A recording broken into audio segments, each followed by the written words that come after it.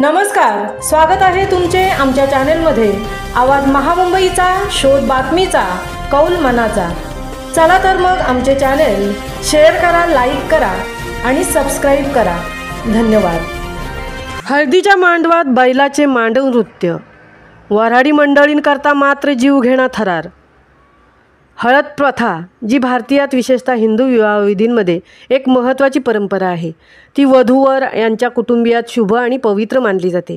या विधीमध्ये वधूवर हळद आणि तेलाचे मिश्रण त्यांना लावल्याने सकारात्मक ऊर्जा मिळते आणि ते वाईट शक्तीपासून सुरक्षित राहतात असे मानले जाते।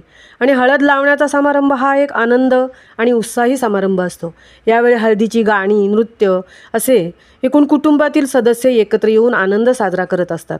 अशा या लग्न समारंभातील पवित्र विधींचा आताच्या काळात विपर्यास केला गेला आहे।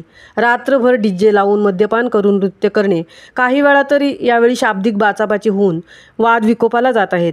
याशिवाय हळदी समारंभामध्ये स्पर्धा होत आहे, त्यामुळे प्रत्येकजण असा विचार करत आहे, माझ्या मांडवात इतरांपेक्षा काहीतरी नाविन्य दाखवण्यासाठी त्याची धडपड असते। असे करताना होणाऱ्या परिणामांचा मात्र विचार केला जात नाही। अशीच एक घटना रविवारी ठाणे जिल्ह्यातील कल्याण शीळ रोडवरील पडले गावात घडली आहे। ठाणे रायगड जिल्ह्यात हळदीच्या कार्यक्रमात आता एक नवीन ट्रेंड आला आहे। हळदीच्या कार्यक्रमात खिल्लार बैल नाचवण्याची नवी प्रथा सुरू झाली आहे। या प्रथेमुळे अपघातांच्या घटना घडू लागल्या आहेत। अशा घटनेमुळे एखाद्याचा जीवही जाऊ शकतो आणि लग्नात विघ्न येऊ शकते। अशी ही घटना रविवारी कल्याण शीळ रोडवरील पडले गावात घडली आहे। पाटील कुटुंबियांच्या घरी हळदीचा कार्यक्रम होता। आलेली पाहुणे मंडळी आणि कुटुंबीय मांडव नृत्य करण्यात दंग होते। याच वेळी हळदीत तरुणांनी बैल नाचायला आणला व त्याच्यासमोर पैशाची उधळण देखील सुरू केली। मात्र मुके जनावर ते या बैलाला राग आला व या बैलाने नाचणाऱ्यांना तुडवत आपली वाट मोकळी केली। वाट मिळेल तसा तो सैरभैर धावू लागला। ही व्हिडिओ सध्या सोशल मीडियावर व्हायरल होत आहे।